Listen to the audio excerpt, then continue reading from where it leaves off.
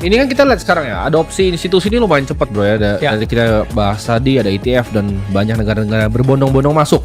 Nah tapi apakah flow-nya ini jadi akan beda bro sama 2021 di Bitcoin secara spesifik? Jadi gini, 2021 kita melihat ketika bear market itu banyak kejatuhan yang luar biasa besar ya. Dan kita lihat FTX, Three Arrows Capital, belakang-belakang ya yang mereka pakai untuk taruh fundnya banyak meledak ya, Celsius meledak, Babel Finance meledak. Ini apakah akan terjadi yang sama? Karena waktu itu kan masih cowboy, Wild West. Sekarang kan presiden udah ngomong, oke ini aset kelas itu ya. Dan sekarang lu bilang itu ntar kita akan masuk ke regulasi lagi, di mana di luar negeri itu udah banyak sekali yang apa namanya Polandia, nanti kita akan bahas juga. Itu mau strategic reserve pakai Bitcoin. Nah, apakah akan ada bear market dan drawdown-nya jauh banget? Di siklus ini, atau justru dengan adanya ETF institusi masuk?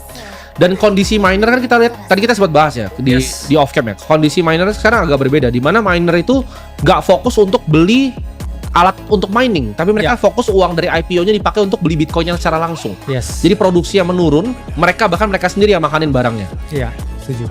Jadi apakah akan ada drawdown yang jauh? Kalau saya melihat di cycle ini ya, risiko paling besar itu sebenarnya di MicroStrategy. Harusnya ya, karena mereka very into Bitcoin dengan leverage yang sangat tinggi ya.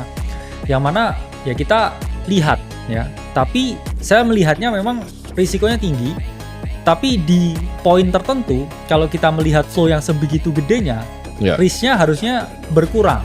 Tapi gini, secara MSTR sendiri harusnya resikonya kalau menurut gua relatif itu tidak ada, karena yang dia lakukan adalah dia menggunakan apa namanya volatilitas di pasar options untuk raising dia punya bonds kan, dan bondsnya itu kan kecil sekali bunganya dan bisa ditutup pakai cash flow perusahaannya. Nah, teman-teman harus paham.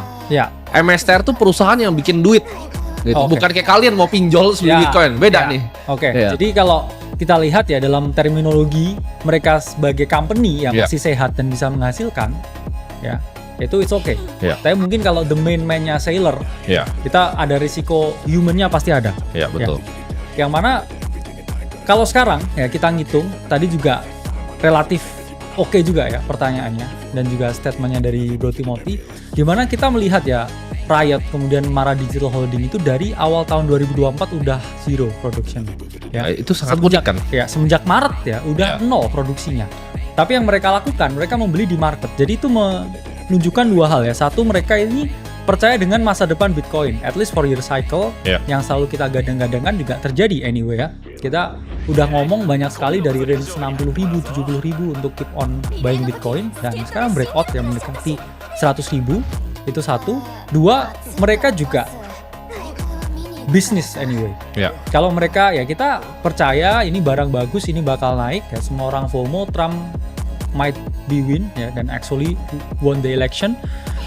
Ya daripada kita produksi lebih mahal ya kita beli aja. Jadi total holdingnya itu selalu meningkat, tapi production udah berhenti dari awal tahun 2024 ya, itu sangat menarik. Dan ini kan sebenarnya ya ini yang selling pressure-nya berkurang. Sesuatu yang kita sempat pengen lakukan ya bro ya di di luar dari yang di sini. Kita kan waktu itu sempat ngitung bareng kan. Ini mending beli atau mending kita tambang, karena di waktu itu kan kita sempat ada ide untuk nambang pakai hydropower ya. Jadi kalau kalian tahu semua itu bisa dibelah, nanti kita pakai listriknya dari setengah semua yang ada. Kita sempat mau bikin, ya udah hitung semuanya, dan hitungan kita pun nggak masuk ya bro waktu itu ya. Even dengan listrik yang gratis, karena dengan investasi awal untuk kita bikin hydroplannya sendiri, mending beli. Dan terbukti ya, untung kita nggak bikin, dan dengan beli dengan duit yang sama, ya gandanya beda gitu kan. Dan itu mungkin yang dihitung sama mereka juga kali ya, karena mereka kan harusnya biasa beli itu apa alat-alat dari Bitmain sama Avalon kan, tapi sekarang mereka udah nggak mau beli. Nah, ini apakah drawdown-nya bakal jauh atau tidak bro, pertanyaan gua? Menurut saya maksimal di cap di 40%. Kenapa? Maksimal? Ya maksimal. 35%. Ini Bitcoin bukan kripto, ini kita pisahin dulu. No financial advice ya. Kripto pasti altcoin itu dropnya 99%. Pasti. Karena kita udah lihat ketika Bitcoin konsolidasi dari Maret, yang mana itu juga banyak tidak diprediksi semua orang. Altcoin itu udah kapitulasi duluan ya. Minus 90% dari Maret karena banyaknya opsi altcoin, tapi Bitcoin itu cuma satu. Dan dominasinya 60%. Itu kan yang menjadi altcoin ini seakan-akan nggak ada nilainya ya. Fully diluted valuation sangat tinggi, kemudian nggak semua keluar juga. Jadi setelah perpetual listing semuanya malah drop. Kita tahu salah satu checks listing itu udah dropnya 80-90% ya semenjak Maret. Dan kalau Bitcoin sendiri, pertama Maret itu akan maturing. Aset yang nilainya kelak ya udah 2 digit triliun US dollar. Nomor 7 ya sekarang ya. Itu nggak mungkin dalam one single year itu bisa drawdown kayak dulu lagi kan. Dulu kan Bitcoin juga drawdown 90%, 80%, 70%.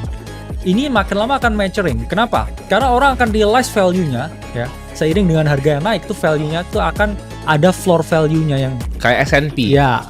Jadi dia nggak akan drawdown. Pasti catastrophic event-nya ya kalau kita udah ngitung semua sell side-nya itu udah berkurang. Ya. US sebagai negara mereka kecenderungannya udah nggak dijual. Trump kan janji nggak dijual, Ya. malah mau nambah lagi.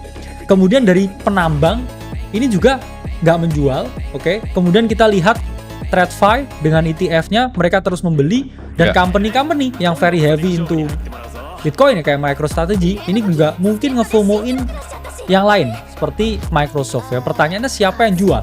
Ya. Kan tinggal hanya ada orang yang beli. Jadi kita juga harus melihat ya bahwa saat ini supply yang ada di exchange itu yang paling sedikit semenjak 2021. Long term holder semua nih ya. LTH-nya ini Ya. semenjak 2023 ini parabolik. Orang yang punya biji tambah banyak. Ya, tapi ya kita lihatlah beberapa memang dormant address yang lama Ya. yang udah belasan tahun mereka cash out 200 juta USD yang Ya. mereka cashing out ya mau pensiun. Cuma Ya. kalau kita lihat behavioral dari long term holder itu semenjak berita ETF dan kita juga dapat ETF launch yang paling sukses sepanjang sejarahnya ETF. Untuk Wah, Bitcoin itu sendiri. luar biasa, Bro. Ya. Gold itu perlu sekitar hampir 13 tahun untuk ngejar Yes. ini dalam 8 bulan.